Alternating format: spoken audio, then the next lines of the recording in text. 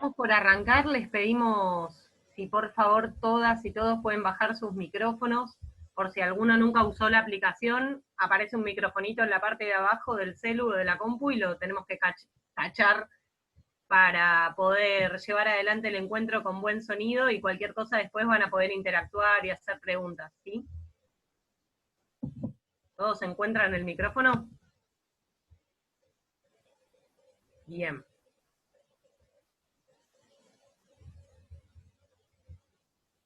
Ya arrancamos, ¿eh? Se están sumando algunos todavía.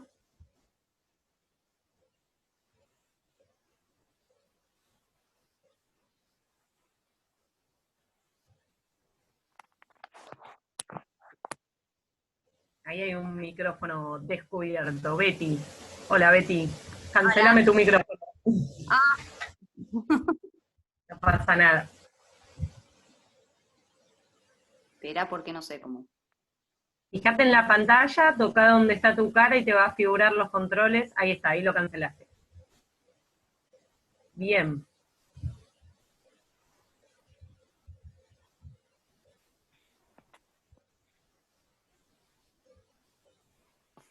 Bueno.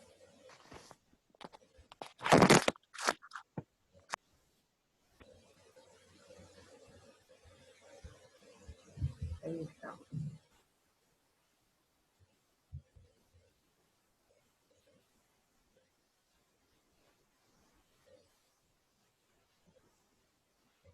Bueno, si les parece, vamos a ir empezando y los que vayan pidiendo ingresar se irán sumando a medida que avanzamos. Primero que nada, bienvenidas y bienvenidos a todas y a todos. La mayoría nos conocemos, yo soy Rocío Caballero, soy subsecretaria de Inclusión Deportiva dentro de la Secretaría de Deportes del municipio de Lomas de Zamora. Veo ahí muchos profes de la Secretaría y también referentas y referentes de clubes de barrio, profesores de otros lugares también. Así que, primero que nada, agradecerles y bueno, hacer una reflexión entre todos, porque la verdad que hoy más que nunca, y supongo que muchos al tanto de las noticias recientes, es muy importante reforzar esto que es estar en casa, estar cuidándonos, pero sabemos también que todos nosotros tenemos responsabilidades y tenemos pasión en lo que hacemos, y bueno, es importante también, además de hacer caso y quedarse en casa y cumplir con todo lo que nos demanda el sistema de salud a nivel mundial, también es importante buscar nuevas maneras de encontrarnos para poder seguir trabajando, para que pensemos nuevas formas, para que veamos de qué manera nos repensamos. Es importante que busquemos espacios donde encontrarnos y reflexionar. Digo reflexionar y ya que somos todos del ámbito del deporte, porque hoy estamos ante un parar la pelota de forma obligada, y esto nos da muchas cosas negativas, pero también nos pone sobre la mesa el desafío de volver a pensarnos, ver cómo y con qué ideas nuevas vamos a volver a la actividad y nos vamos a repensar. Entonces, bueno, como dice Manuel, el secretario de Deportes de Lomas de Zamora, todo el tiempo hay que reinventarse. Y dentro de esto que tiene que ver con reinventarse, se nos ocurrió que era muy oportuno, en una fecha como hoy, encontrarnos para pensar en la inclusión. Digo, en el rol que todas nosotras y nosotros tenemos en la tarea que nos demanda la actividad deportiva, ya sea, como decíamos hace un rato, ya sea en el territorio, en los clubes de barrio, como en las actividades escolares o en las actividades que se presentan a nivel municipal. Digo, todos nosotros transitamos la vida siendo, en cierta manera, referentes o referentes de un montón de niñas, niños y adolescentes que ven en nosotros, en cierta manera, un ejemplo, una forma de transitar esta vida. Entonces, puntualmente hoy nos encontramos porque hace 7 años, para dar un marco chiquitito de introducción, hace 7 años el Senado Nacional argentino sancionaba el 12 de junio como el día, lo voy a leer porque es largo y la verdad que es importante, porque nos convoca a pensar el día de hoy. Hoy es el día de las y los adolescentes y jóvenes por la inclusión social y la convivencia contra toda forma de violencia y discriminación.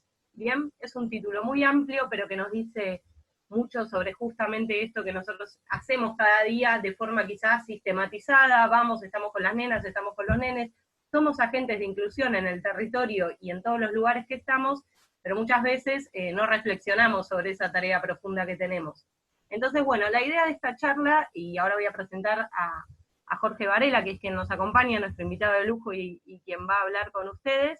La idea de esta charla y de este encuentro es que pensemos al deporte como una herramienta capaz de transformar, como una herramienta transformadora, y a ustedes como agentes de inclusión a través del deporte, que podamos pensar distintas estrategias y desmenuzarlas para pensar cómo las niñas, los niños y los adolescentes que pasan por nuestra vida a través del deporte se llevan algo más y combaten en cierta manera este flagelo que es la discriminación, el bullying y todo tipo de violencia, como bien dice el título.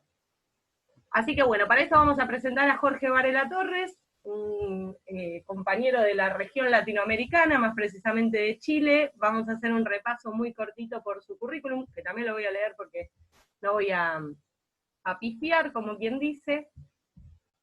Jorge es psicólogo y magíster en Psicología Educacional en la Universidad Católica de Chile, es doctor en Educación y Psicología de la Universidad de Michigan de Estados Unidos, y tiene muchas importantes publicaciones, estudios y demás sobre este tema, sobre cómo en distintos ámbitos y especialmente en el educativo, pero bueno, hoy le ponemos este desafío de hablar de lo que tiene que ver con la inclusión en los clubes de barrio, cómo combatir la discriminación, el bullying y todos estos flagelos. Así que no voy a ocupar mucho tiempo más, les quiero dar a todas y a todos el saludo de nuestro secretario de Deportes, Manuel Cordero, que propició este encuentro, y vamos a escuchar a Jorge, que es quien hoy nos trae la palabra. Sobre el final del encuentro van a poder hacer algunos intercambios, preguntas y respuestas que nos puedan sumar. Jorge, lo último, antes de continuar, saludar a todas y a todos, porque es importante esto. Acá hay una integración del deporte de Lomas de Zamora, hay clubes de barrio, hay experiencias como está Gonza del rugby social, hay gente de la Liga de Handball Social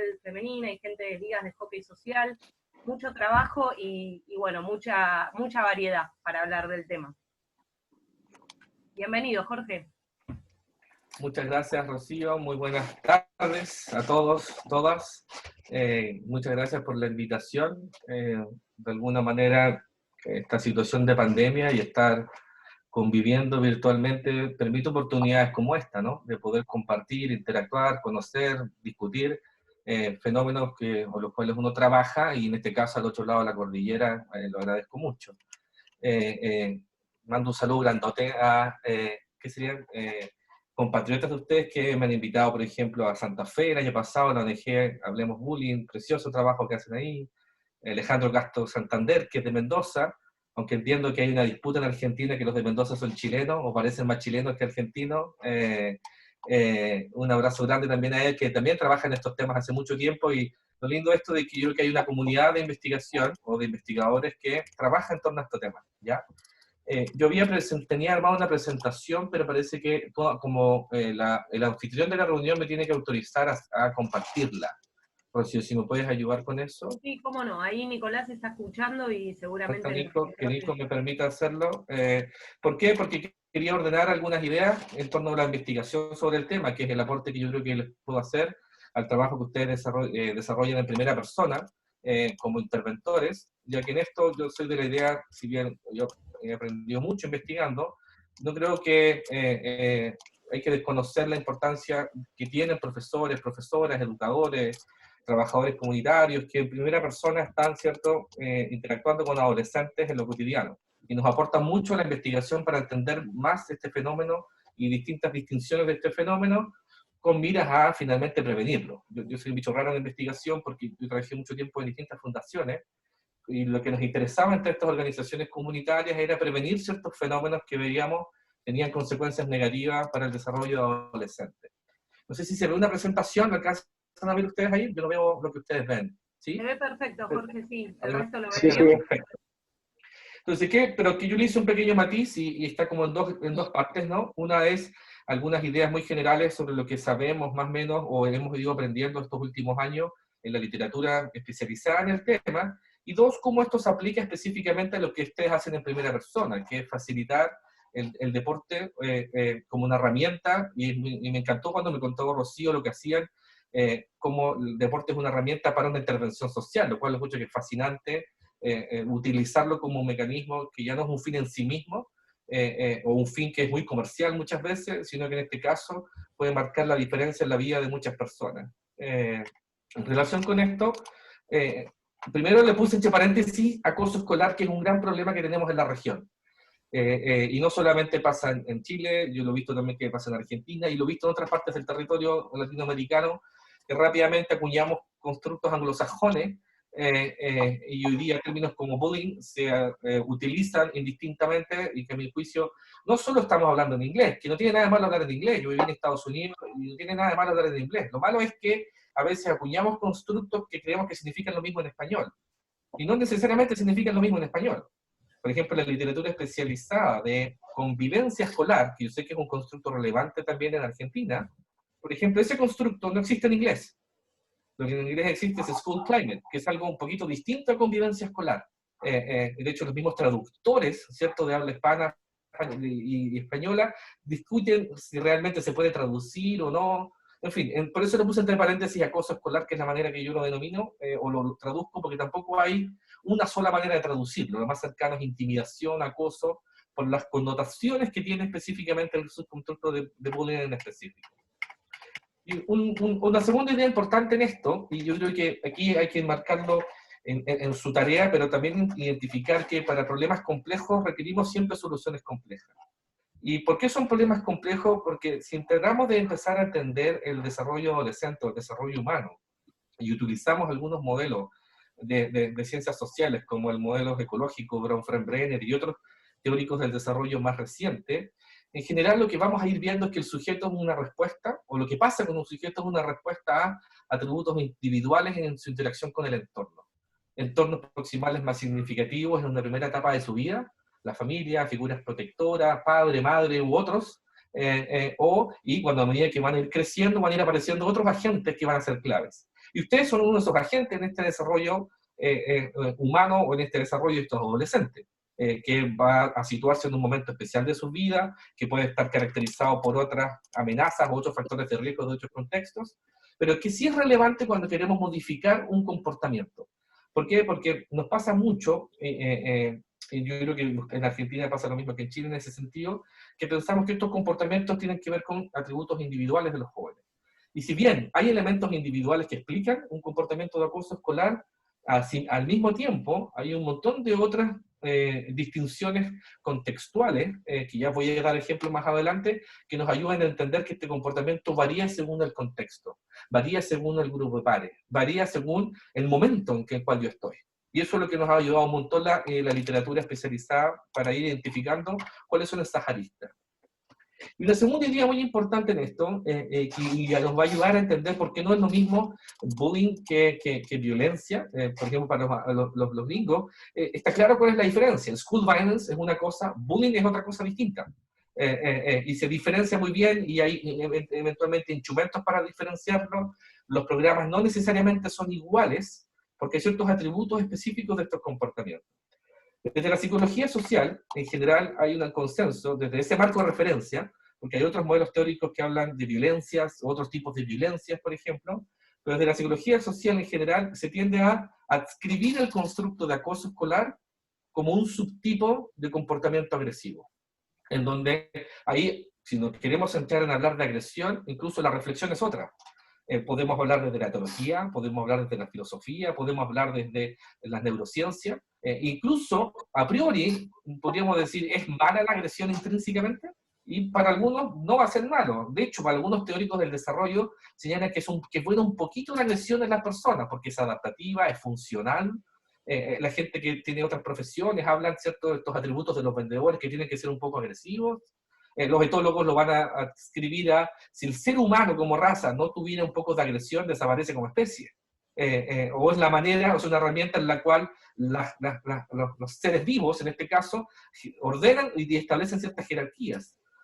Por lo tanto, acá es muy importante distinguir eso, y una cosa es la conducta agresiva, y que no necesariamente va a ser mala. Lo malo lo ponemos nosotros cuando vemos que genera daño, que tiene consecuencias, que tiene un efecto adverso para los que están involucrados, cuando es con una intención de generar un daño en el otro, que es muy distinto cuando yo me estoy defendiendo porque me siento amenazado, es súper diferente, y ahí es muy distinto. Ahora, ¿qué pasa con los adolescentes? Es muy difícil separar la paja del trigo, como se dice En Chile, no sé si en Argentina utiliza la misma expresión. Me imagino en un partido de fútbol o en un partido de algún deporte que ustedes estén entrenando, como dicen, en la calentura del momento, probablemente ahí opera más la emoción que la razón. Y ahí probablemente hay muchas conductas de agresión. Pero no sé si eso es acoso escolar necesariamente. ¿Por qué? Porque el acoso escolar es un subtipo de conducta agresiva que se diferencia de la agresión y se diferencia de la violencia. Por eso hay dos círculos concéntricos acá en este diagrama de Bren, especificando que tiene ciertos atributos bien específicos como subtipo de conducta agresiva. La violencia, que no vamos a hablar ahora, en general hay consenso en escribirla como una conducta agresiva extrema. Extrema, entiéndase, uso de armas, homicidio, agresiones físicas con secuela. Por eso la OMS, la OPS, las policías, los ministerios de justicia, los ministerios de seguridad ciudadana, si se fijan en sus nomenclaturas, ¿cuál es? Violencia. Programas de prevención de violencia. Las policías hablan de violencia, porque en general están mirando ese tipo de conducta agresiva que es mucho más extrema. En educación en general miramos, yo creo que más fenómenos de conflicto, que tampoco es agresión, tampoco es violencia, y acoso escolar, y miramos habitualmente acoso escolar como un fenómeno que nos preocupa, pero que en general confunde mucho a la gente porque pensamos que todo es acoso escolar y atribuimos que todo es acoso escolar a cualquier tipo de comportamiento agresivo. Y no es así, vamos a ir viendo, vamos a ir llegando algunas distinciones en relación con esto. Si hablamos de acoso escolar, la imagen espero que sea autoexplicativa y de alguna manera puede ser autobiográfica para mí. Aunque a esta altura ya lo tengo, pero no era un tema, o ya no fue un tema al menos, porque al final del día el tema del peso no solo es que uno sea más gordito o menos gordito, es una construcción social también, tiene que ver con el estatus que le entregan los padres, tiene que ver con otros atributos. Pero sí se explica el acoso escolar porque empieza a mostrar cómo este subtipo de agresiones también está caracterizado por desigualdades. Vamos a ver por qué. En los trabajos seminales de esto en el mundo, y nosotros en la región no hemos sido tan distintos. ¿Ustedes qué les pasó al 2004 con, no sé si se acuerdan, al sur de la provincia de Buenos Aires, en Carmen de Patagones? Tuvieron uno de los hechos más potentes en la región en torno a lo que pasó con un adolescente en esta escuela, no sé si era rural o semi-rural, al sur de la provincia de Buenos Aires. Perdón, Jorge, para que se acuerden, era el caso del chico que llamaban Pan Triste, de Carmen de Patagones. Es que es un antecedente histórico. En Chile nos pasó lo mismo el año 2006, no exactamente lo mismo, pero en el fondo cuando se empezó a investigar lo que pasó en ese caso, que fue un adolescente que se quitó la vida, tenía que ver con una muy mala experiencia con sus compañeras de curso, compañeros de curso en el colegio, y al parecer eso gatilló esta agresión. Lo que supuestamente gatilló hipotéticamente la agresión en Carmen de Patagones tenía que ver con que este adolescente era molestado por sus compañeros, y él reaccionó muy violentamente con un arma, quitándole la vida a 3 compañeros también. Y esto pasaba en todo el mundo. Los que partieron con esto en el mundo, en Noruega, partieron porque se quitaron la vida a 3 adolescentes, empezaron a investigar lo que pasó en los años 70, 80, y encontraron que tenía un link con muy malas experiencias con sus compañeros de curso. Y así empezaron, y en el resto del mundo se empezó a vincular ese comportamiento entre adolescentes, que lo denominamos acoso escolar, o que en ese entonces se le denominaba acoso escolar, para explicar lo que pasaba, para explicar las consecuencias de ese comportamiento. Sin embargo, esos trabajos seminales, tal como aparece aquí en la diapositiva, eran trabajos que estaban centrados en la víctima y en el victimario, que se llama. La primera respuesta que se quiso hacer era, ¿qué explica que un estudiante agreda a un compañero de curso, o a una compañera? Y es acoso en este caso porque en general hablamos de un desbalance, hablamos de una agresión unidireccional, hablamos de un contexto que permite y tolera que un compañero esté básicamente, como ustedes dicen, cargando a otro compañero y lo carga un día, al día siguiente, y lo hace permanentemente, que es distinto que si yo te digo algo y tú reaccionas. ¿Sí? Ahí empezamos a hablar de una reacción bidireccional, que puede quedar en un conflicto, o esa misma puede terminar en un hecho de pelea, o en una, no sé, pues me imagino, ustedes tienen fanáticos del fútbol, por ejemplo, 2 hinchas de dos clubes que se odian a muerte. En ese caso no necesariamente es acoso escolar. ¿Por qué? Porque probablemente si uno agrede al otro, el otro no creo que se quede en silencio. ¿Qué va a hacer el otro? Va a agredir de vuelta. ¿Por qué es relevante eso? Porque cuando se piensa en las intervenciones, son muy distintas las intervenciones cuando yo veo a 2 grupos con la misma igualdad o la misma estatus, por así decirlo, y ahí a veces se habla de mediación, de reparación, versus cuando yo veo 2 situaciones de agresión en la cual es totalmente unidireccional. Y la víctima no sabe defenderse, no sabe cómo defenderse, Y ojo, no tiene que ver con que sea más chico o más delgado, necesariamente. A veces son chicos que pueden ser más corpulentos, pero el estatus social que tienen hace que él no sepa defenderse o no haga nada al respecto. En los trabajos pioneros, lo que se hacía entonces cuando nos encontramos con esto era preguntarnos, ¿qué es lo que hace un estudiante agredir a su compañero de esta manera? ¿Qué es lo que hace a estos estudiantes ser víctimas y que lo carguen, que lo carguen, que lo carguen, que lo carguen todo el rato? Y lo que pasó en ese entonces es que se construyeron perfiles y salieron perfiles que son más o menos sostenibles en el tiempo, problemas en general lo que tienen en común, y lo fascinante es que ambos tienen muchas cosas en común, es grandes problemas en sus habilidades socioemocionales, habilidades comunicacionales con otros, más allá de la autoestima, sino que tiene que ver con la manera en que logran comunicarse, logran relacionarse con otros, logran entender las emociones de los otros, baja o alta empatía, en fin, una serie de paquetes de habilidades socioemocionales que en general estos actores tienden a tener una serie de falencias en este desarrollo. Así que yo creo que el problema se circunscribe a eso, y yo quiero intervenir, como por ejemplo el caso de ustedes como entrenadores, o desde el colegio, o desde la casa de la familia. Si yo lo defino así, ¿qué intervención voy a hacer probablemente? Un trabajo con la víctima o un trabajo con el victimario. Por ejemplo, las políticas que en Chile tuvimos un debate gigantesco el año pasado con una nueva legislación que se aceptó, que se llama Aula Segura, que era para todos aquellos que eran violentos en los colegios, los expulsaban expeditamente. Generó mucha polémica porque eso es lo que sabemos de la literatura, es que no le resuelve el problema a nadie. Lo resuelve en el corto plazo, pero es básicamente trasladar un comportamiento a otro contexto, pero no lo modifica. Y lo que pasó en las intervenciones en los 70, en los 80, incluso parte de los 90, con esta manera de entender el problema, era que no había modificación de la conducta. A pesar de que el chico decía, no, si ya nunca más lo voy a hacer, ahora voy a firmar una carta, me comprometo a no hacerlo nunca más. Pasaba una semana, pasaban 2 semanas, pasaban 3 semanas, pero el comportamiento se mantenía en el tiempo. Eso obligado, y eso que muchos otros investigadores empezaron a pensar que esto no es un problema individual, sino que es un problema ecológico, un problema contextual. Y todos los estudios, hasta la fecha, el día, lo que hacen en gran medida es empezar a construir modelos explicativos mucho más contextuales. ¿Qué quiere decir eso? Tengamos en cuenta cuáles son las otras variables que intervienen en este comportamiento. ¿Y qué es lo que se encontró? ¿Y qué es lo que empezaron ellos a evidenciar? Trabajos históricos y trabajos más recientes de cómo cada uno de estos sistemas que influyen en la vida de los adolescentes ha contribuido a tener mayores o menores tasas de acoso escolar.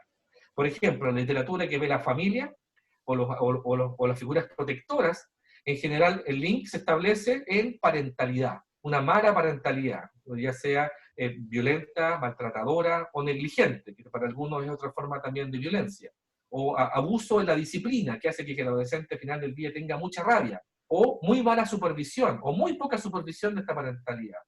Y ahí es bien consistente ver eso en adolescentes que tienen problemas o relaciones con sus pares. En general es bien consistente encontrar este gap en lo que tiene que ver con estas figuras protectoras en su casa.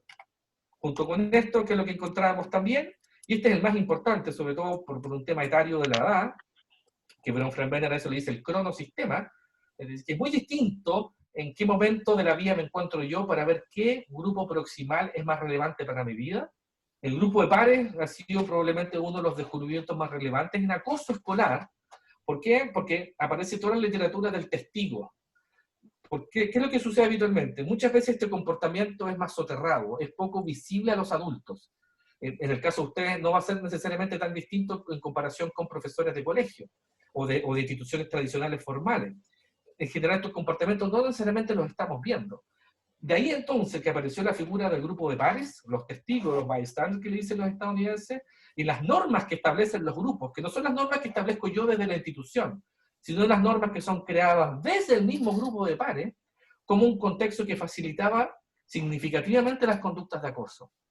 ¿Cómo podemos ver un ejemplo de esto? Un ejemplo de esto es que un adolescente que tiende a, por ejemplo, estar hostigando a sus compañeros de manera permanente, si yo cambio a este adolescente y lo pongo en un contexto, en otro curso, con otro grupo de compañeros, que no tolera ese tipo de comportamientos, los estudios nos han mostrado que rápidamente baja la prevalencia del acoso escolar, sin necesariamente haber intervenido con el sujeto a nivel individual.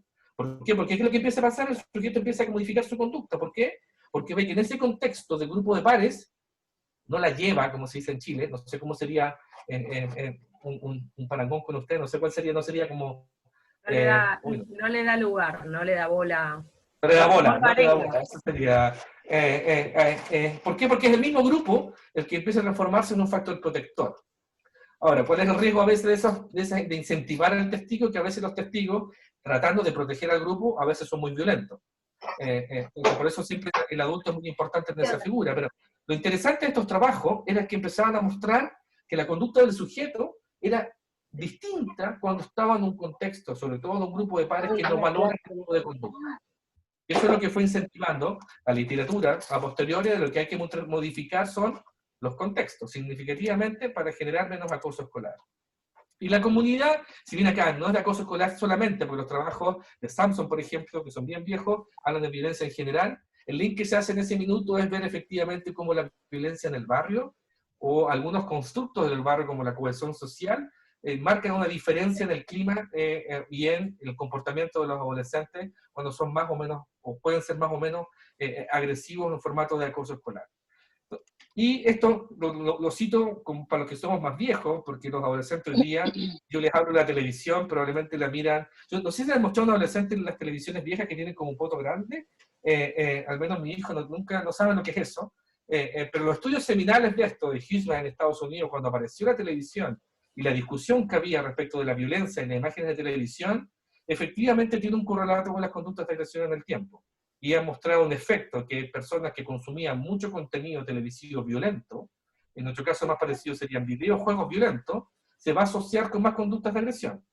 Ahora, no quiere decir que sea el único factor, y eso es lo interesante de esta última figura. ¿Por qué?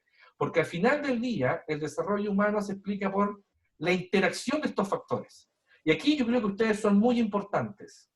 ¿Por qué? Porque van a trabajar o pueden trabajar con adolescentes que estén expuestos a altos niveles de violencia en su familia, a altos niveles de violencia en su comunidad, a un contexto cultural, de medios de comunicación, de videojuegos que tienden a enraizar la violencia y establecer un estatus alto de la violencia.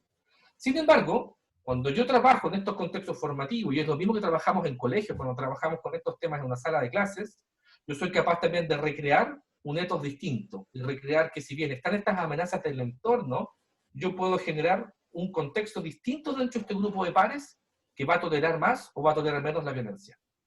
Y eso puede mostrar algunas trayectorias, y hay trabajos que lo han mostrado, hay estudios que han mostrado efectivamente como adolescentes que tienen la oportunidad de experimentar contextos más protectores. A pesar de todo este factor de riesgo, algunos de esos se basan en los famosos trabajos de resiliencia, pero no es lo único de resiliencia, sino que tiene que ver con desarrollo adolescente en general, han mostrado diferencia en esas trayectorias.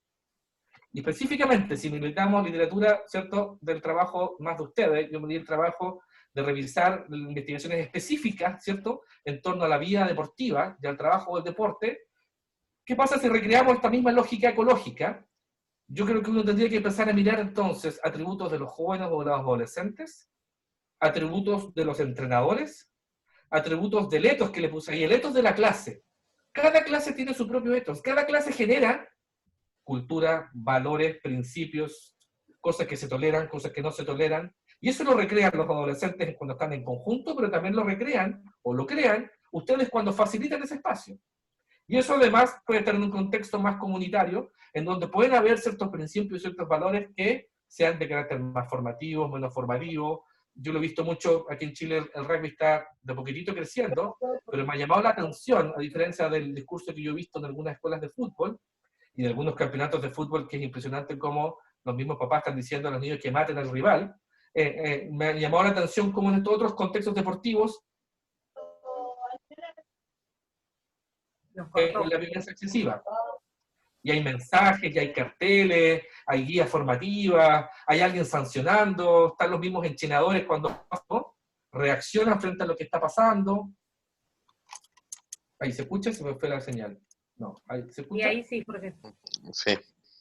Que puede, a mi juicio, lo podemos hipotetizar como un contexto más macro. Entonces, estuve buscando, no tuve más días para hacerlo, pero lo que encontré ejemplos en distintos niveles, me encontré, por ejemplo, con este trabajo, lamento decirles que son casi todos trabajos anglosajones, porque es donde realmente meten plata al bolsillo para investigar en esto.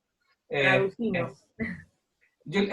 Sí, pero sí, mira, esto es un estudio que se hizo con jugadores de fútbol americano, que son el típico que sería como la versión rugby, pero gringa, ¿no? Con el casco ese grande y que chocan, y para Thanksgiving hace esta gran... Creo que el minuto más caro del mundo en televisión, después del Mundial de Fútbol, es el minuto del Super Bowl, que es el deporte que hacen los gringos, que es el más importante para los gringos.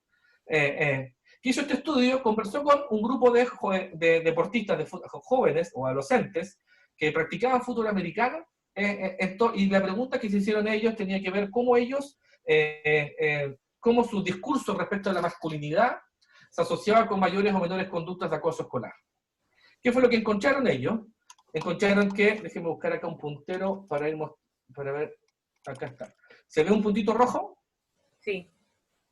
¿Qué es lo que encontraron ellos? Encontraron que, estos son con encuestas de autorreporte en general, encontraron que adolescentes que tenían un reporte de una masculinidad, por así decirlo, machista, compuesta por esto, por ejemplo, por ser un poco homofóbico, por validar el agredir a sus compañeros, por no reconocer tus emociones, este como estereotipo del super macho, se asocia significativamente con un mayor reporte de conductas de acoso escolar. En conjunto con otra medición que hicieron ellos acá, era el validar ciertas conductas agresivas o violentas, como la agresión física, agresión virtual, el amenazar al otro y ser homofóbico, que ellos crearon una escala que le llamaron lo que realmente debería ser como un hombre, por así decirlo. Estas dos como creencias se asociaban significativamente con mayores niveles de acoso escolar, concholando al mismo tiempo, con el autorreporte de si mis compañeros o mis amigos tenían un comportamiento también de carácter de acoso escolar con sus pares. Básicamente, ¿qué es lo que quería mostrar este trabajo? En resumen, lo que yo les interesaba mostrar era cómo un discurso asociado a una masculinidad más maltratadora, ¿cierto?, más violenta, en el contexto de este tipo de deportista en particular, se asociaba con mayores conductas de acoso escolar. Un segundo trabajo de carácter más cualitativo, esto lo hicieron en Holanda, entrevistaron a entrenadores de distintos deportes para identificar cuáles eran como sus creencias en torno a la agresión entre los pares. Ellos hablan de peer victimization, no necesariamente de acoso escolar, pero sí, de alguna manera, podemos encontrar un proxy del concepto de acoso escolar en este caso. ¿Qué es lo que encontraron acá? Y aquello es muy importante porque pasó lo mismo con los estudios pioneros con profesores, que cuando empezamos a trabajar en esto y hablábamos con los docentes al principio no visualizaban esta conducta. No visualizaban que cuando un compañero estábamos en la mitad de clase y paraba y de repente uno saltaba y le empezaba a decir un sobrenombre por su color de pelo, por su orientación sexual, por su sobrepeso, ellos pensaban que era simplemente una joda. Pero lo que pasa y lo que vemos es que cuando el profesor en este caso piensa que simplemente es un juego, en ese grupo curso hay mayor prevalencia de acoso escolar. Entonces, esos estudios pioneros en colegios con profesores se han trasladado, yo les diría, a este contexto. ¿Y qué escucharon en este estudio esto fue un estudio cualitativo, con 98 entrenadores en Holanda? Encontraban que efectivamente cuando los entrenadores, de alguna manera, no visualizaban ciertas conductas entre los pares que podrían ser agresivas y eventualmente de acoso escolar, tendía a haber mayor conductas de agresión entre los pares. Y al mismo tiempo, ellos encontraban que ellos tenían poco efecto. Y esto es otro que también yo lo he visto en profes en Chile, que subvaloran el potencial efecto que ellos pueden tener en el comportamiento de los jóvenes. Y déjenme decirles que ahora estamos haciendo un montón de estudios en Chile con esto, y es impresionante en el efecto en el corto y en el largo plazo que tiene esta figura adulta, profesor, entrenador. ¿Por qué? Porque no es solamente una figura que norma, es una figura afectiva también. Y esa figura afectiva genera trayectorias significativas en la vida de jóvenes, a pesar de que sean víctimas o victimarios de acoso escolar. Un tercer estudio, que yo lo puse como ejemplo de hecho de este ethos de la clase, este se hizo en Estados Unidos con casi 359 adolescentes en Canadá, que practicaban distintos tipos de deporte. Y se les preguntaba respecto a su relación con el entrenador, que es la tabla que está arriba, y su relación con sus pares. ¿Y qué es lo que encontraron ellos? Encontraron un cruce entre aquellos estudiantes que eran más agresores con sus compañeros, tendrían además tener menos vínculo con su entrenador. Y simultáneamente aquellos deportistas en este caso, que eran víctimas de acoso escolar, como consecuencia, tenían un efecto negativo y tenían mucho menos vínculo con sus compañeros o con su equipo finalmente. Como vais demostrando que esto no es inocuo, sino que también puede generar un efecto negativo en la relación con tus pares. Y este último, que no es un estudio, sino es un capítulo muy interesante que yo encontré del doctor Kowalski en Estados Unidos, del Midwest gringo, que lo encontré muy interesante porque en el fondo incorpora otros atributos más culturales, y el punto que saca es de en qué medida el deporte dentro de un contexto occidental, y además el contexto anglosajón gringo, no sé si ustedes saben, pero algo que al menos a mí me llamó la atención mucho, y me miraban como bicho raro, los deportes gringos no existe el empate. Si han fijado los deportes que van todos a extra time, van todos a un tiempo extra. No existe la posibilidad de, ¿sabes que los dos jugamos súper bien? Felicitémonos, un abrazo. No cabe dentro de la cultura, ¿no? ¿Por qué no? Porque tiene que haber siempre un ganador. Y yo cuando estaba en la universidad ya le decía a mis compañeros, ¿pero qué significa eso? Si se acabó el tiempo, tú hiciste un gol, yo hice un gol, empatamos, los dos ganamos, lo pasamos bien. Y me miraban todos raros, me decían, no, ¿cómo? ¿Pero cómo vamos a saber quién ganó? Lo cual para mí es un atributo, ¿cierto?, cultural, y aquí este autor decía, tengamos cuidado con que ese atributo cultural, ¿cierto?, de que siempre tiene que haber uno mejor, puede generar de alguna manera un contexto para una situación de acoso escolar que, recordemos, el frame es en general de carácter más abusiva, a diferencia de otro tipo de agresiones que son bidireccionales. Y ahí este mismo autor señala, y algo con el que yo aquí sí termino, para que podamos dialogar, conversar, algo que este autor señala que en este caso él reflexiona sobre la especial importancia que pueden tener entonces los entrenadores en redirigir esos valores que pueden tener las conductas deportivas. Ya, ok, supongamos que tiene un principio, que siempre hay un ganador, pero lo importante no es ganar simplemente por ganar. ¿Qué hay detrás del deporte que estamos haciendo? ¿Cuál es el valor que hay detrás de esto? Desde cultivar, ¿cierto?, una vida sana hasta incorporar otros valores, el esfuerzo, la perseverancia, el luchar por salir más adelante, en fin, ahí yo creo que ustedes tienen un discurso mucho más potente que yo. Hago un deporte para no ser más gordo de lo que soy, pero no puedo definirme como un deportista en absoluto. Pero sí escuchaba interesante esta reflexión de este autor, ¿no?, que nos mostraba esta variable cultural, que puede ser un contexto de riesgo, y cómo en los entrenadores en este caso pueden efectivamente mostrar una diferencia.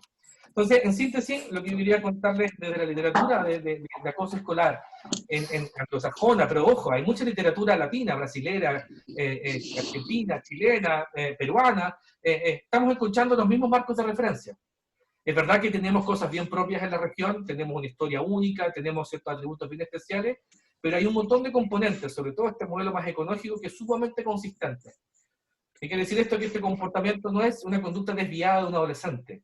No, es un comportamiento que se circunscribe a un contexto. Y los adultos tenemos la oportunidad de generar un contexto muy distinto. Y ahí, en mi juicio, está el punto de inflexión para poder intervenir con jóvenes, hombres y mujeres. Eso, les propongo que conversemos, dialoguemos, preguntas, comentarios, para hacerlo un poco más entretenido. Sí, Jorge, a mí me interesaría que acá hay mucha gente, como te decía, de distintos espacios, ahí comentaban en el chat, esta Gonza del rugby social, como te comentaba yo ayer cuando preparamos todo lo de hoy, hay gente del hockey social, del fútbol social, y bueno, en Lomas tenemos una experiencia del handball, también está Nico, digo, donde todos esos deportes se practican tanto institucionalmente en el municipio como en las ligas sociales de forma para todas y todos, digamos. Hay fútbol femenino y masculino, hay rugby social que incluye a las nenas también, lo mismo pasa con el hockey, y hubo que romper ciertas barreras, y creo que en ese sentido es volver a resaltar este rol de facilitadores que hablábamos ayer, que cada una de las personas que están acá tienen en donde se desempeñan, para que esos contextos sean amigables, se crezca como comunidad e inclusivos. A mí me interesa por ahí que, bueno, quien quiera abrimos la palabra para conversar justamente sobre lo que pasa en el territorio o en la cancha o en donde sea que se desempeñe, que es lo importante. El que quiera hablar, bueno. nos puede... Tienen que liberar su micrófono probablemente, porque están casi todos silenciados sus micrófonos. Claro, eso. El que quiera hablar, que nos ponga en un chat. El que quiera arrancar, pues me imagino que van a hablar. A mí me parece buenas tardes a todos, muchas gracias por la invitación. Quería hacer una Placer, consulta, Pedrosa. más que nada, creo que es resaltar la labor social de cada institución, sobre todo de instituciones sociales que estamos trabajando para y por los chicos, ¿no?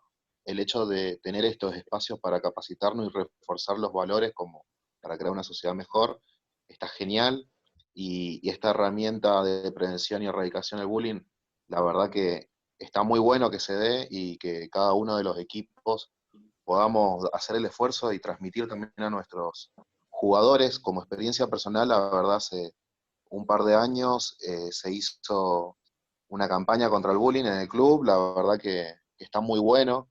Eh, como opinión personal, creo que no, la esencia de lo que nosotros transmitimos a los chicos es jugar para divertirse, que conozcan otras instalaciones, que sociabilicen con otros equipos y que vuelvan para casa. Y la verdad que mucha gente viene porque se sienten en familia, no se sienten excluidos. Muchos también vienen del palo del fútbol, que por ahí lo colgaron por ser un poquito gordo, por X razón, entonces vienen a parar al rugby, ¿no? Creo que como representante, uno de los representantes de Radio Social Loma, lo que más transmitimos es la igualdad y reforzar esos valores. Me parece que el bullying no tiene que haber cabida ni en el club, ni en ningún lado, y para eso tenemos que informarnos, sacarnos las dudas, escuchar la experiencia que uno tiene del otro y sobre todo sacar un aprendizaje. Creo que es lo que mejor podemos hacer y desde ya muchísimas gracias al señor Jorge Varela, porque la verdad estuvo muy interesante. Hay una parte que no concuerdo, que es la parte del exitismo de los deportes de contacto que decía ahí, en el autor de, de libro, pero es un punto de vista que es válido. Así que, no, muy bueno, muy bueno. No, gracias a ti, Gonzalo. Mira, en relación con lo que tú dices de hacer campañas o mensajes, si sirven un montón. Dos ejemplos, un ejemplo bueno y un ejemplo malo. Un ejemplo, partamos por el malo. Después que salió Trump en Estados Unidos, hay un investigador bien famoso, se llama Dewey Cornell, en Virginia, que se dedicó a investigar si tiene un efecto el discurso de Trump. Yo creo que estaríamos de acuerdo que el discurso del presidente de Estados Unidos es un discurso en general que incita al racismo, al sexismo, no es precisamente un discurso muy pacifista. ¿Y qué le encontró? Él encontró un efecto impresionante. Él tenía datos censales de todo el estado de Virginia y comparó en todos aquellos distritos donde ganó Trump un año después. Y la variable que estaba mirando era el discurso en el fondo del presidente, si es que había aumentado la violencia y había empeorado el clima, y encontró un efecto en todos aquellos distritos donde ganó el candidato, está bien por los representantes, pero finalmente fue el que ganó Trump en ese caso. Como un mal ejemplo, como si las políticas importan, o este mensaje que da, ¿cierto? El contexto importa mucho.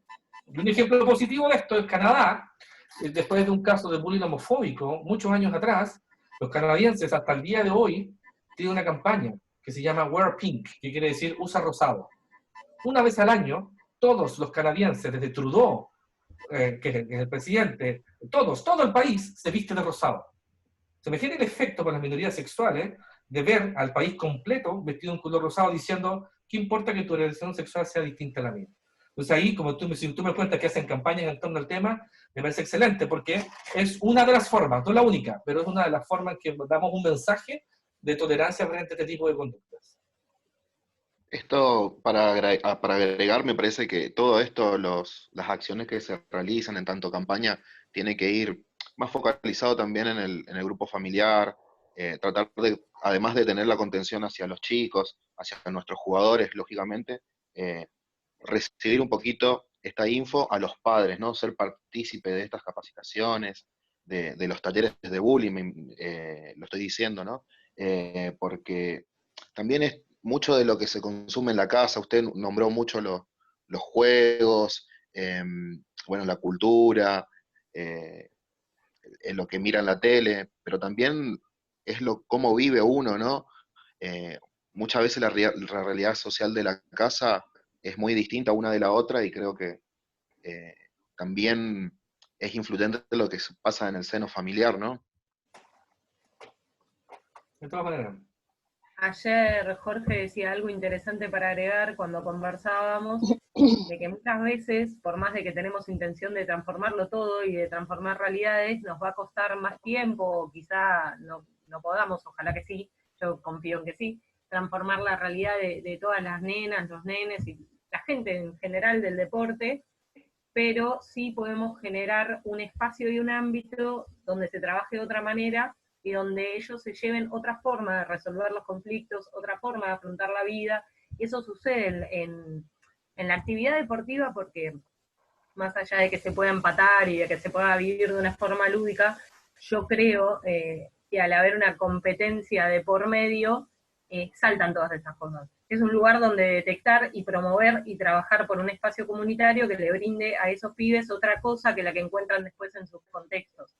Digo, estos círculos que veíamos en los gráficos, donde hay contextos desde el más amplio, que sería la sociedad misma y la comunidad, hasta pasar por la escuela, por la casa y llegar al club de barrio, que muchas veces es la última institución que le queda a nuestras pibas y a nuestros pibes después de desertar en la escuela y de otro tipo de experiencias. Entonces, eso me parece importante. Por ahí nos pedía la palabra Andrea, ¿no? A ver, desconectate el micrófono. Susana, perdón. Ah,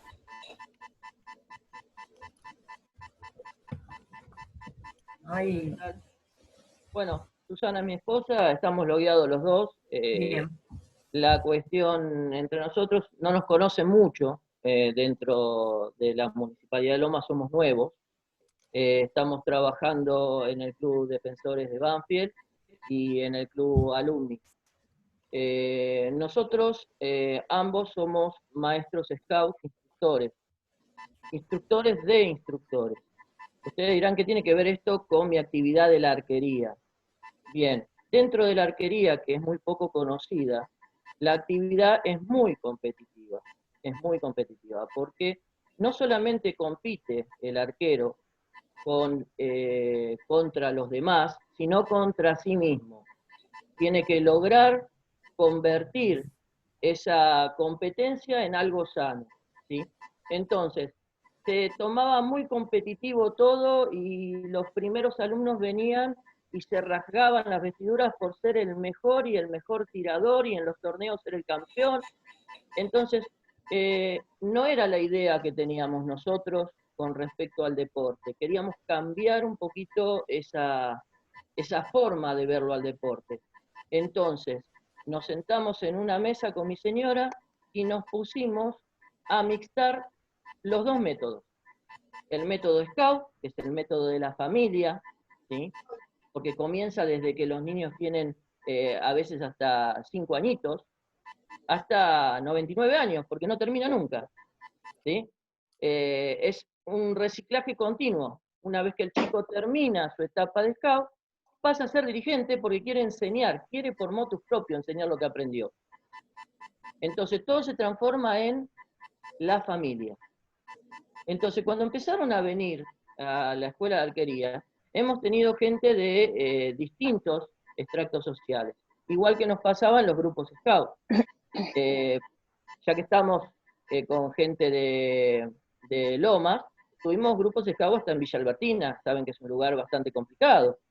Bien, trabajábamos en las piletas de Villa Albertina. Así que cuando se podía, que no llovía, hacíamos actividad con los chicos, y cuando no, no se podía. A veces no había ni para comer y llevábamos de acá, o la MUNI nos ayudaba y hacíamos una gran merienda para todos, para chicos que ni siquiera comían. Entonces, si teníamos esa practicidad de trabajar con eso, ¿por qué no transformarlo dentro de la arquería? Entonces, esa fue la meta que nos planteamos hace unos años. Estuvimos trabajando también mucho en lo que es la Municipalidad de Lanús, que nos dio también muchos resultados. Con todo esto, logramos unificar los criterios de los chicos y unificar a los padres, porque nos ha pasado que tenemos barrios carenciados contra barrios que son pudientes.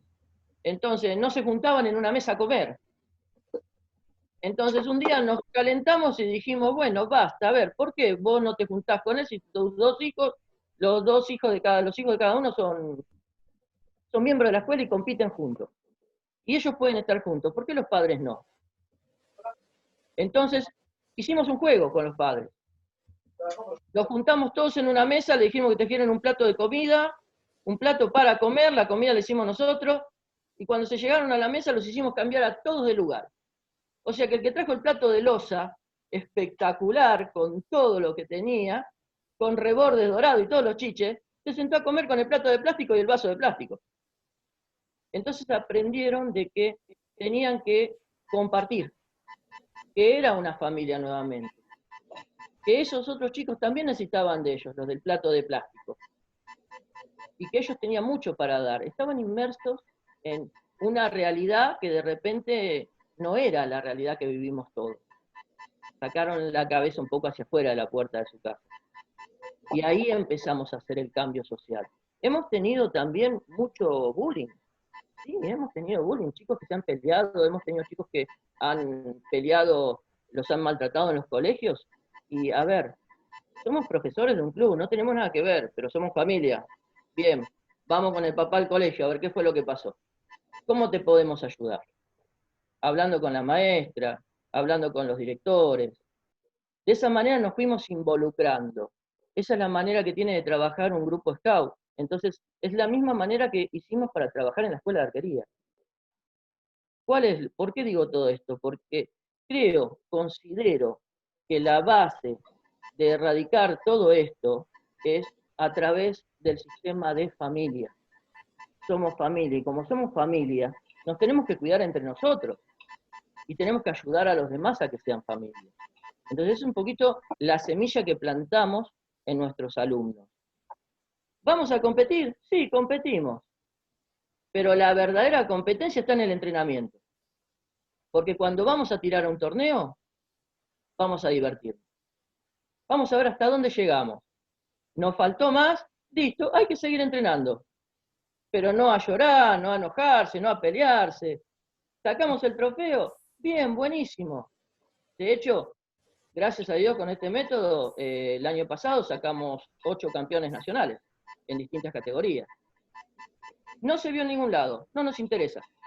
Nos interesa que se diviertan, que la pasen bien. Que puedan trasladar todo eso a sus escuelas y a sus ámbitos. Gracias. Permiso, Jorge. Bueno, muchas gracias. Sabemos que acá hay muchas experiencias que tienen que ver con esto, con tomar, creo que vos llamás familia, algo que veníamos hablando en términos de comunidad, que en realidad es lo mismo, digo, vivirlo como un todo. Jorge, si querés responder algo, y si no le damos también paso a Yamila Garufi, profesora de patín del municipio, que pidió la palabra. Yo creo que hagamos una ronda de varios comentarios, preguntas, observaciones, comentarios, para que demos la opción de que, porque por lo que veo en el chat hay varios que quieren también opinar, decir algo, hagámoslo. Yamila Garufi, pase. Antes que hable Yami, le quiero dar la bienvenida a Marina Lesi, presidenta del Consejo Deliberante de Lomas de Zamora, que está acá y que es muy importante porque necesitamos también que en los espacios legislativos y de gestión política se hable del deporte como transformación y se lo ponga sobre la mesa. Así que gracias, Mari, por estar acá con nosotros. No sé si querés saludar antes que Yami, te pisamos un minuto. Sí, gracias. Bueno, gracias, Roy, gracias a todos y a todas. Hay muchas caras amigas, así que felicitarlos por la iniciativa, los escucho doble, por amiga, por compañera, por el consejo, por el club y por todos lados. Es un placer, y contarles que desde el consejo es muy pronta la constitución de la Comisión del Deporte, así que eso es súper interesante para que a través de las autoridades como Ro, como Manu, como todos sus compañeros, podamos también articular con el Consejo. Así que nada, en nombre tuyo, a todos tus compañeros, felicitarte, Ro, por la actividad que, como proveniente del deporte, para mí no es una actividad más, sino es ponernos en valor y que nos reconozcan y nos miren a todos y a todas nosotras. Así que a todas las caras amigas que ahí veo, y especialmente a vos, felicitaciones. Bueno, gracias. Marina, presidenta del Club Defensores de Banfield, un club modelo en Lomas de Zamora y muy inclusivo. Así que bien. Yami, Garufi. Hola a todos, a todas, a Jorge, gracias, estuvo súper buena la charla. Está Vero también, que es la otra profe somos las profes de patín social, no sé, vamos a llamarlo así, de Lomas. Nada, también pasa con patín, no quiero extenderme mucho, pero bueno, patín es un deporte muy, muy de elite, y justamente es un deporte que reúne casi un 99% público femenino, entonces también tenemos un desafío ahí en relación a poder incluir a los varones, a los chicos, y bueno, también un desafío en realidad también con la diversidad y con todo lo que es el tema de la inclusión, con el tema del género. Entonces, bueno, quizás más como pregunta o como para dejarlo abierto a Jorge, no sé si va a haber por ahí otros ciclos o otras formas de pensar, pero bueno, cómo trabajar quizás con esta intersectorialidad, o cuando quizás todo el tema se empiezan a superponer una cosa sobre la otra, porque además es un deporte individual donde generar la idea de comunidad es bastante más difícil porque justamente compiten entre ellas. Entonces, bueno, quizás como dejarlo abierto para, por si hay otra charla, como ver cómo podemos abordar estas situaciones donde se juntan varios factores, ¿no? Ser nena, la edad quizás de la adolescencia que es difícil con el tema competitivo, y bueno, por ahí como herramientas que vos nos puedas dar para abordarlo. Nada más eso, y bueno, gracias porque estuvo súper interesante la charla.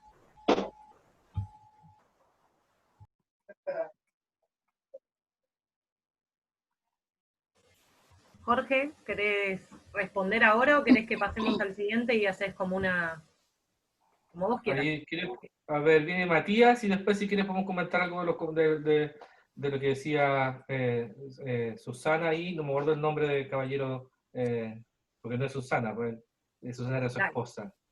Bien, Matías, que es profe de... Mauro. ¿Cómo? Bien.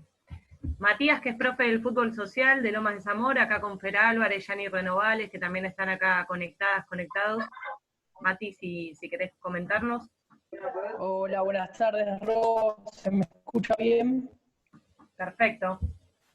Bueno, buenas tardes, Jorge. Agradezco a todos este espacio para poder compartir y debatir un poquito. Simplemente un comentario muy corto quería hacerle, Jorge, y terminar una consulta a modo de, basándonos en su experiencia, ¿no? y la bibliografía que tiene. Yo trabajo en fútbol, actualmente estoy en fútbol social en la Secretaría de Deportes, pero hace muchos años que me desempeño en fútbol, sobre todo en fútbol formativo. Y creo que la mayor dificultad que tenemos no es en los nenes, sino es en convencer al entorno familiar, a los papás, en lo que usted mencionó de lo competitivo y del bullying y demás. Y me ha pasado a nivel muy competitivo y a nivel...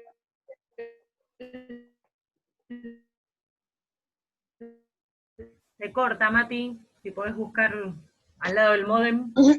Muy formativo a nivel de escuelita, de que es difícil convencerle la competitiva acá. Entonces coincide, ¿no?, que para ganar este espacio vamos a tener que también luchar contra la generación de los papás.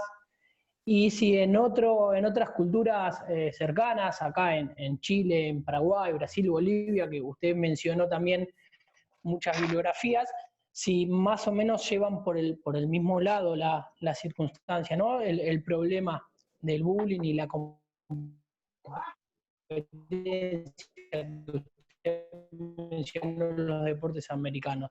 Era simplemente responder y les agradezco a todos el espacio.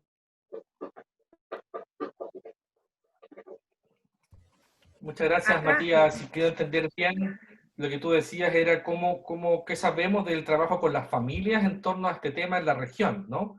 Si lo pusiéramos parafrasear, si entendí bien lo que toda la presión que ustedes tienen de los mismos los papás, mamás o figuras protectoras de los chicos, ¿no? Exactamente, Jorge, yo me refería a eso, que creo que a los chicos por ahí es fácil inculcarle el tema de la competencia sana y de divertirse y demás, pero que a los papás, particularmente a mí, me ha costado mucho eso. Perfecto. ¿No hay más en el chat? No. A ver, si quisiéramos comentar algunas cosas que son bien desafiantes, yo creo que hay que partir siendo muy honesto. En primer lugar, la literatura en torno a intervención de acoso escolar en contextos deportivos es muchísimo más escasa en comparación a lo que pasa en el contexto escolar tradicional. Pasa lo mismo, por ejemplo, con contextos universitarios, que hay mucha preocupación también por este comportamiento en educación superior, pero tenemos mucha menos información, tanto de estudios descriptivos, relacionales y también de programas de intervención, en comparación con el contexto escolar, donde en general nos tendemos tendemos a mirar y a invertir mucho más recursos. Entonces, de las experiencias que hay de intervención en contextos deportivos, hay muy poquito, y de lo que hay trabajos en relación por ejemplo, charlas temáticas de deportistas referentes, que han tenido un efecto, pero el efecto en general no necesariamente es conductual, sino es más bien a nivel de discurso. ¿Qué quiere decir eso? Es que viene un referente y me dice, mira, es importante el respeto, es importante el cuidarnos, y los chicos van a incorporar un relato, eventualmente van a modificar ese relato, pero no siempre ese relato se traduce que después modifiquen su conducta, porque pueden decir que es malo hacerlo, pero eso no quiere decir que necesariamente dejen de hacerlo. Y ahí lo que más ha funcionado, pero no sabemos del contexto deportista, o al menos yo no encontré la búsqueda que hice ahora, o lo que yo he estudiado del tema, en general lo que más ha funcionado son estrategias más cognitivo-conductuales. Y diferenciar muy bien las intervenciones. ¿Qué quiere decir eso? En general, el abordaje de esto es una especie como de triángulo, en donde que viene el mundo de la salud pública, a raíz de ahora de la pandemia y la OMS y OPS que está tan de moda. Bueno, tenemos el mismo referente. ¿Qué quiere decir eso? Que eran las estrategias de intervención, y ahí tomo la pregunta de la familia, que es muy desafiante. En general, lo que ha tendido a funcionar mejor es esta idea del triángulo, que incorpora estrategias de prevención universal, secundaria y terciaria. ¿Por qué lo pongo como un triángulo? Porque yo tiendo a desarrollar estrategias de prevención universal en la parte de abajo que está el triángulo, pensando en aquellas intervenciones, acciones, tareas que van dirigidas a todo el grupo, a todos los papás, a todas las familias, a todos los jugadores, que son todas estrategias más generales, más abarcativas. Sin embargo, hay grupos, hay estudiantes, hay jóvenes que son más desafiantes y que esa estrategia universal no tiene un efecto. Y con las familias, dentro de lo poco que hay, es la misma lógica. ¿Qué le quiere decir esto? Que hay algunas intervenciones que han requerido aumentar la intensidad y subir en el triángulo y focalizar el trabajo con los estudiantes y eventualmente con sus familias. ¿Qué quiere decir eso? Por ejemplo, yo quiero hacer una charla del valor de la familia, como describía Mauro en esta metáfora que hacía del grupo Scout con la actividad deportiva. ¿Qué es lo que pasa en general con eso? ¿Quiénes van a esas actividades más preventivas? Y con todo respeto a los católicos, pero pasa lo que pasa en misa cuando los sacerdotes retan en misa por los que no van a misa. Y el sacerdote les da un sermón a los que están en la iglesia por los que no están en la iglesia. Es una analogía, yo no soy católico de nada por el estilo, pero me gusta esa analogía, porque en el fondo, ¿quiénes van? Porque en el fondo las familias más de riesgo que están a la punta de la pirámide no van a esa charla, no van a esa actividad. En el colegio pasa lo mismo. Si yo hago una reunión con padres, ¿quiénes van a la reunión con padres? En general tienden a ir familias que están mucho más vinculadas con el colegio, que están mucho más apegadas, que valoran más la educación, que encuentran que va a ser útil esa reunión. Entonces, ¿qué es lo que han desarrollado esta metodología? Dice, lo que necesitamos es focalizar. ¿Por qué? Porque en general no todos los chicos y no todas las familias tienen el mismo nivel de riesgo. De hecho, la prevalencia del acoso escolar en general es baja.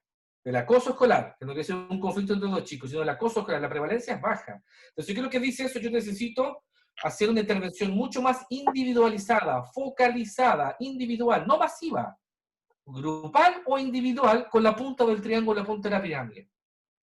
¿Qué experiencias podemos citar ahí? Hay una experiencia fascinante en la región, que es en Bogotá, en los trabajos de Enrique Cho. Ellos tienen un programa que se llama Aulas en Paz. Es un trabajo escolar, pero ahí quiero un poco acercarme a la pregunta respecto a qué se hace con las familias.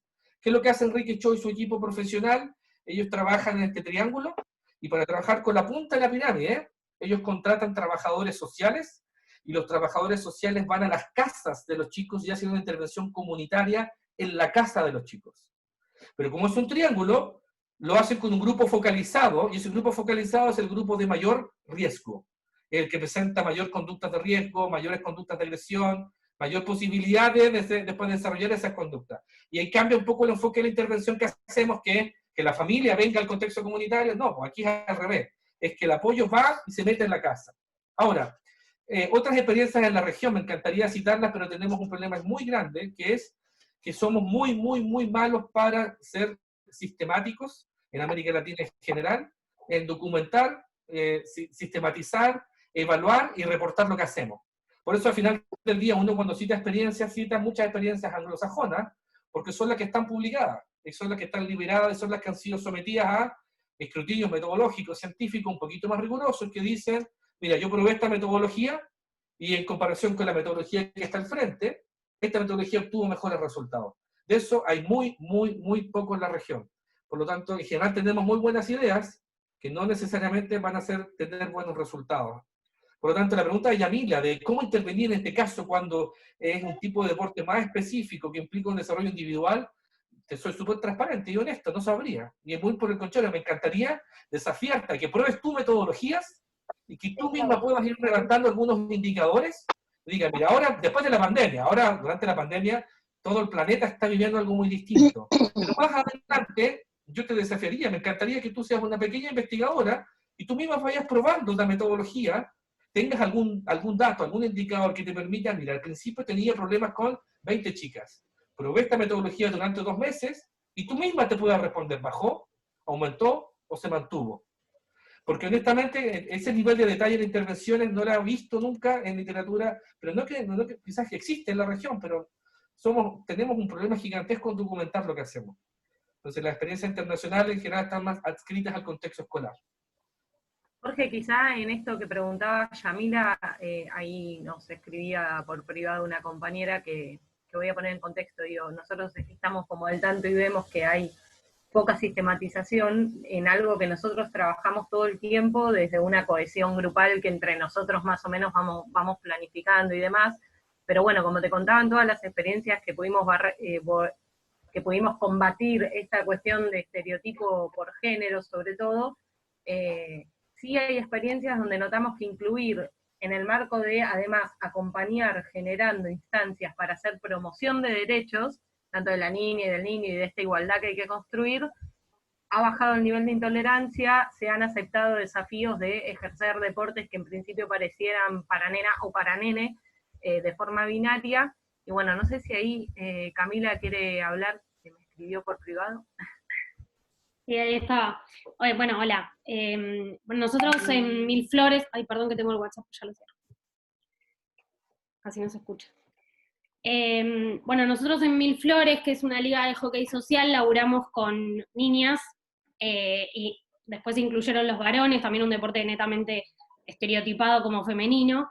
Y el año pasado principalmente tuvimos una experiencia de recorrido por todos los clubes de Lomas, con jornadas de promoción de derechos. Laburábamos básicamente el derecho a la intimidad, empezamos con el derecho a la intimidad y laburamos el derecho a vivir libre de maltrato infantil, y la verdad que las experiencias que sacamos con las nenas y con los nenes tenían que ver con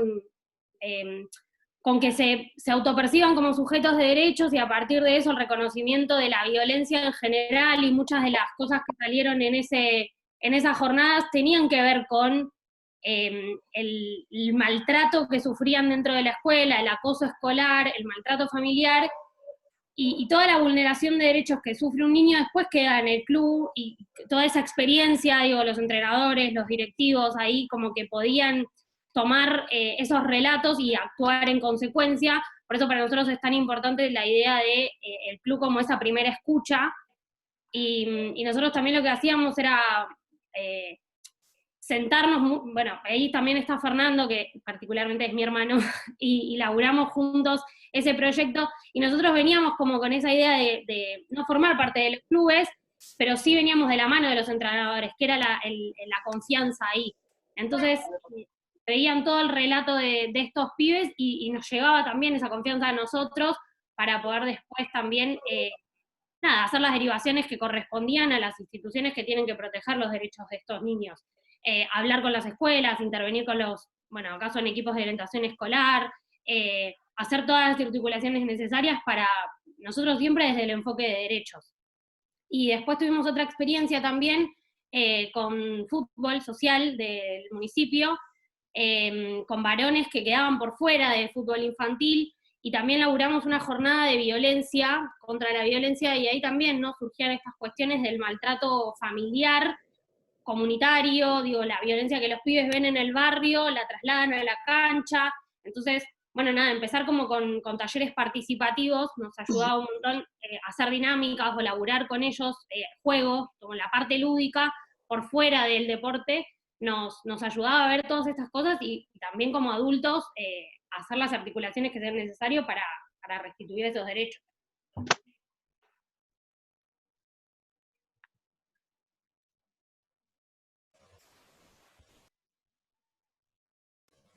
¿Alguien que quiera intervenir antes de ir cerrando? Que no se queden sin espacio, sin escucha. Damián Ferrufino. Néstor Ferrufino. Y está Betina ya también.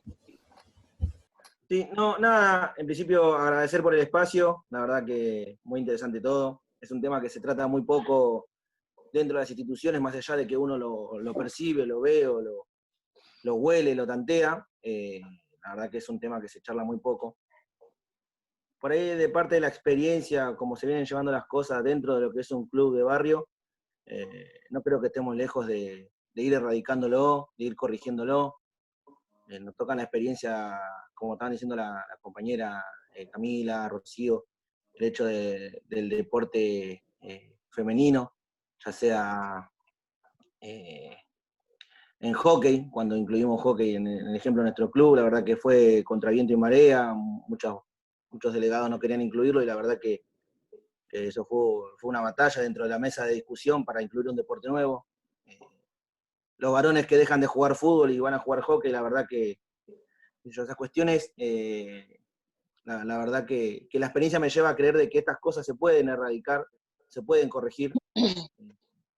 Por ahí no es lo inmediato, por ahí lo complicado, como estaban diciendo todos y coincido, es parte de la familia, es complicado erradicarlo dentro del vínculo familiar, pero como esto es generacional, si los chicos crecen enseñándole estos principios de no maltratar al otro, de verlo como un par, de verlo siempre como un compañero, como un amigo, si es necesario, estamos en pos de poder modificarlo.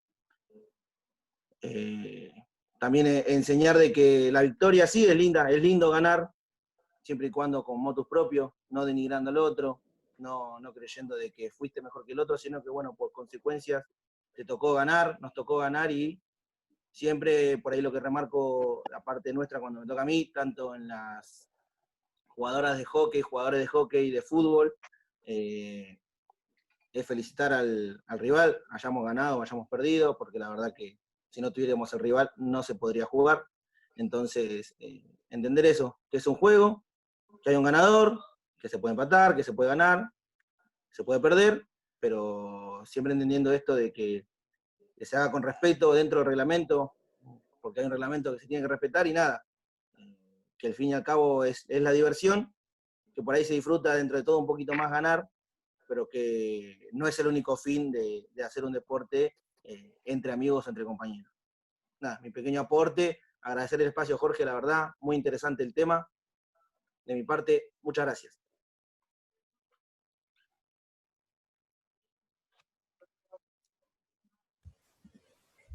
Ahí, bueno, estamos haciendo el estudio. Nosotros siempre hablamos con algunos compañeros y compañeras que están acá de que se construye conocimiento en equipo y en conjunto, y quizá estamos recopilando en el aire todos esos informes que no se van haciendo, porque muchos clubes de barrio han nacido como escuelitas de fútbol masculino y hoy tienen fútbol masculino, fútbol femenino, handball, hockey femenino y hockey masculino.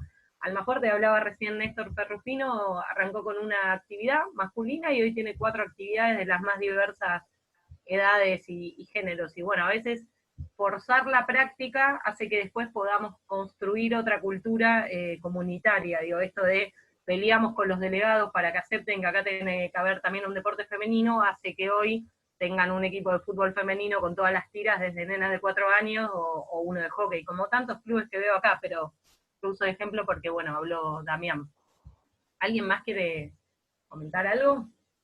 Tenemos otro orador, Fernando. Sí, voy a ser breve para no repetirme con lo que dijo Cami. Me parece que lo fundamental es darle espacio a los pibes y a las pibas para que se expresen. Digo, la violencia es un emergente, que atrás de eso hay algo, y sobre todo en espacios adultocéntricos, ¿no? Donde parece que los pibes y las pibas son inferiores y que por eso, por ser pibes y pibas, no pueden expresarse o no saben expresarse o no pueden valerse por sí mismos, no se les da un lugar y no se los escucha. Entonces, muchas veces los pibes y las pibas estigmatizados y con menos recursos de lo económico, son pibes que tienen recursos simbólicos como para poder valerse y expresar y decir lo que piensan y sienten. Si nosotros podemos tender un puente, generar lazos de confianza, darles el espacio para que se expresen y nos cuenten su mirada sin ser guiadas por los adultos, nos vamos a encontrar que tienen muchas cosas para decir y vamos a poder entender los vínculos más allá de nuestra mirada. Digo, me parece que uno tiene que construir con los pibes y con las pibas y no enseñarles a ser niños y adolescentes. Eso era, para completar lo que contaba un poco Cami de lo que estuvimos haciendo y elaborando. Sí, muy interesante eso, Fernando. Hay literatura específica del tema que lo que se trata de relevar es entender la función que cumple ese comportamiento. Que no está descontextualizado, responde a una función. Y eso es muy interesante mirarlo, porque si yo quiero modificarlo, tengo que partir entendiéndolo. Y una manera de aproximarme a eso es entender qué función, qué cumple, qué gana ese sujeto cuando hace eso, a qué responde, y junto con los otros niveles. Así que creo que es muy asertivo tu comentario en relación con eso de entender qué función cumple ese comportamiento. Eso no hablo más, hablaba mucho ya. Yo vi a Betina que había levantado la mano varias veces también, que quería decir algo.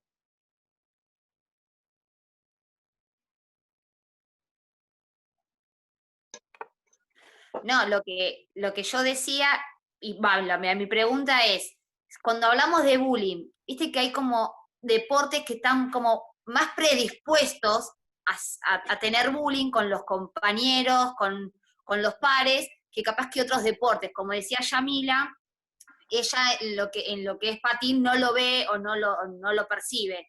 Cuando hablamos de rugby, siempre se estigmatiza que es un deporte muy violento, bueno, también por el caso que ya sabemos, que pasó varias cosas y demás. Y además de eso, de lo que es el bullying en el club, también a lo que voy es en el colegio.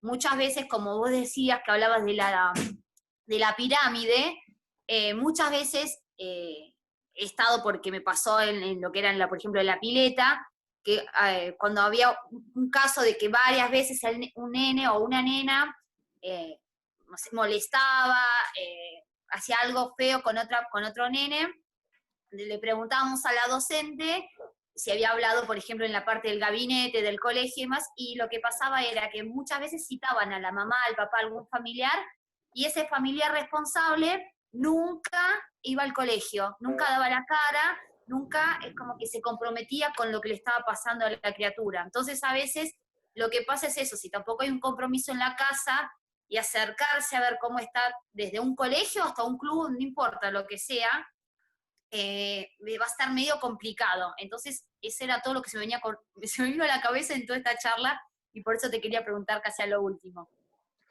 Es que, muy buen comentario, y este es un comportamiento, a ver, es distinto pensar intervenir en situaciones ya de acoso escolar, de libro, cuando ya ves una persona que está hostigando, maltratando, denigrando a un compañero de manera permanente, sistemática en el tiempo. Y eso es importante diferenciarlo cuando vemos una pelea, cuando vemos un conflicto entre compañeros, cuando vemos una agresión, que esas, entre comillas, son más fáciles de modificar. Cuando ya está integrado todo este comportamiento de abuso y de maltrato, crónico, por así decirlo, también hay que ser súper honesto. Incluso los programas más famosos del mundo tienen una efectividad limitada. No han logrado modificarlo y por alguna razón ese comportamiento se mantiene. Y a veces esos adolescentes que agreden a su compañero lo siguen haciendo en sus relaciones de pareja, lo trasladan al ámbito laboral, y si tienen la posibilidad de tener un poquito más poder, van a ser personas que van a maltratar a las personas con las cuales trabajan. Entonces, por eso es un tema de salud pública. Ahí, tu pregunta es que es muy difícil modificarlo, porque por eso requiere un abordaje individual, intensivo, continuo en el tiempo, Y lo que nos pasa en los colegios, yo lo he visto más en Chile, es que pensamos que con una conversación con la familia se modifica la conducta. Y eso no va a pasar. Cuando hablamos de la punta de la pirámide, hablamos también que al lado hay otro triángulo, es un triángulo inverso que habla de intensidad. Y en este caso, ¿qué quiere decir cuando hablamos de trabajar de manera más focalizada? Estamos diciendo al mismo tiempo que tiene que ser más intensiva.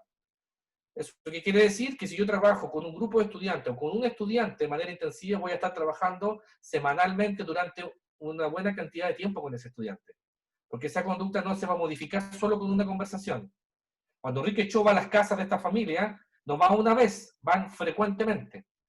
Las intervenciones que recomiendan lo que más ha funcionado, de hecho, lo poco que ha funcionado, pero lo que más ha funcionado se llaman métodos de restauración.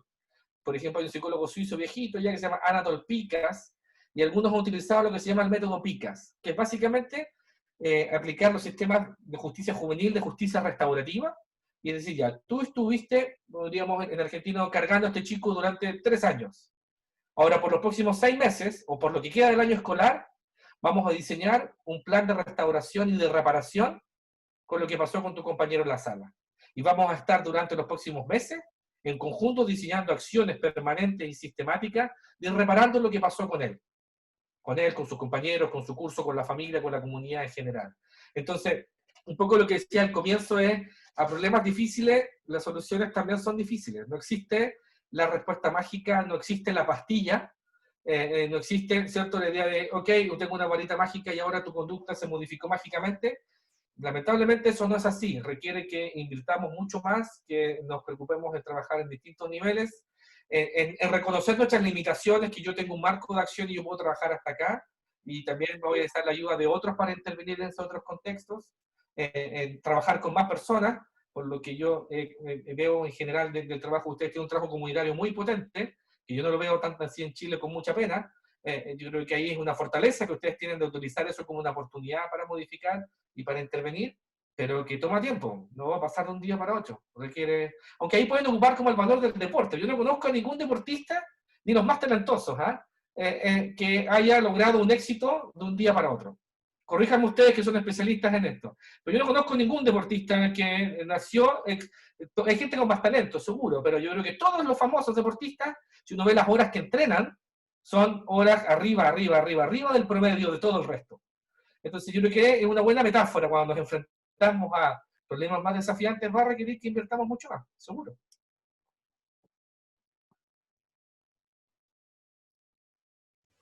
También muchas veces Betty y Jorge trabajamos permanente y sistemáticamente con una piba o un pibe de un club, digamos, y lo que termina sucediendo no es que el marco general de su familia cambia el pensamiento o la forma de funcionamiento, pero sí esa persona gana autonomía en la forma de pensar y puede sobrevivir ese ecosistema, ya sea familiar o lo que fuere violento, aprendiendo otra forma de vida. Y otras veces inclusive las chicas y los chicos que pasan por el deporte cambian sus hábitos, cambian su forma de pensar o demás, y eso después hasta ellos mismos a veces son promotores dentro de su propia casa o dentro de otros contextos que transitan de estos valores que aprenden y que han ido trabajando dentro de la actividad deportiva, y sobre todo porque dentro del campo de la enseñanza, y acá sí no hay diferencia entre escuela, club, hay un cariño muy grande con el profe de educación física, digo, salvo excepciones de qué sé yo, situaciones que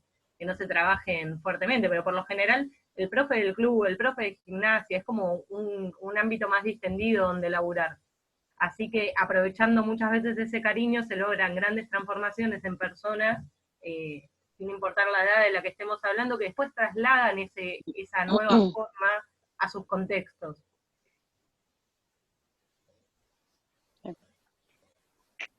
Bien. Exacto.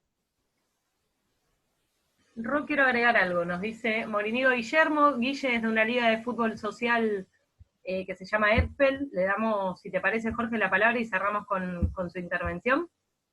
Seguro. Bien. Sí, Guille. Hola, ¿qué tal? ¿Qué tal? Buenas tardes a todos. Buenas.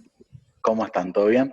Bueno, la verdad que me parece muy, muy interesante el tema de esta reunión, por todos los temas que se están tocando, principalmente basados y con un solo fin. y de escuchar a todos los compañeros, después de hacer un análisis de las palabras de cada uno, yo creo que si bien un poco todos fuimos atravesados por el bullying, ya sea cuando fuimos chicos, en el colegio, cuando realizamos algún deporte, en el barrio, en la familia, por los mismos hermanos, primos, tíos, o por alguna simple cargada que también nos han hecho mal. Yo creo que principalmente la contención, como bien todos decían, que se basa desde la casa, que donde empieza todo, es muy, muy importante el contexto que rodea a todo lo que incluye la discriminación y el bullying, ¿no? Porque la asistencia en el colegio, tanto en el club, con la inclusión, con los programas de contención, con los seguimientos que podemos llegar a hacer cada cual desde nuestro lugar, nosotros como instituciones de bien público que trabajamos constantemente con chicos, el Estado a través de las distintas programas que puede llegar a brindar, en este caso en el tema de deportes, gente como el señor Varela, que son gente que sabe, que puede orientar, que puede ayudar muchísimo para que uno pueda brindar las herramientas para poder trabajar y sacar cada uno sus conclusiones y poder llevarlo a su espacio y así poder tratar de erradicar, no creo que de lleno, porque esto es un contexto que viene de hace muchos años y yo creo que va a existir hoy, mañana y siempre, pero sí poder evitar a través de las instituciones, a través del Estado, a través de la gente que sabe, que viene haciendo estudios a través de todo esto, poder hacer que sea menos visible o por ahí que sea menos doloroso, y en el caso de que de a poco la gente vaya entendiendo de que hay otras formas de que la gente ve cómo tratar al otro, porque sin darse cuenta a veces uno mismo lastima con palabras, no hace falta hacer violencia, ya solamente a veces una palabra de discriminación o por un acoso, decirte, mira el gordito, vos no sabés jugar. No, acá lo principal son los programas de contención y de inclusión, no solamente de chicos, principalmente de los grandes, porque los grandes a veces somos los que estamos más equivocados que los chicos y que llevamos a que los chicos cometan los errores que cometen tanto en el colegio, en el club, en la vida cotidiana con los amiguitos. Así que bueno, creo que me parece muy productiva la charla. Simplemente quería darle eso y gracias Ro, gracias al señor Jorge Varela y a todos los compañeros que la verdad me parece muy productivo.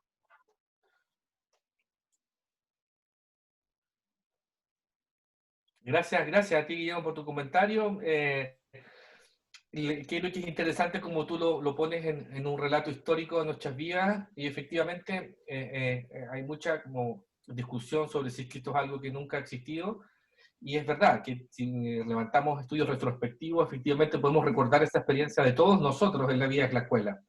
La gran diferencia de hoy es que tenemos muchos datos que nos muestran que no es inocuo, que tiene consecuencias negativas, que deja una marca, que tiene un impacto en tu vida en el corto, en el mediano y en el largo plazo.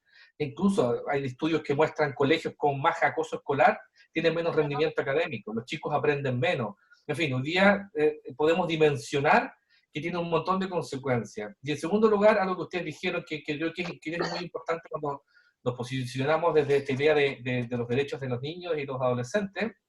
Para mí, una de las motivaciones de trabajar en este tema es responder a la pregunta de construir una sociedad más inclusiva para todos. Y al final del día, el tema del acoso escolar es preguntarse por qué alguien tiene el derecho de humillar a otra persona.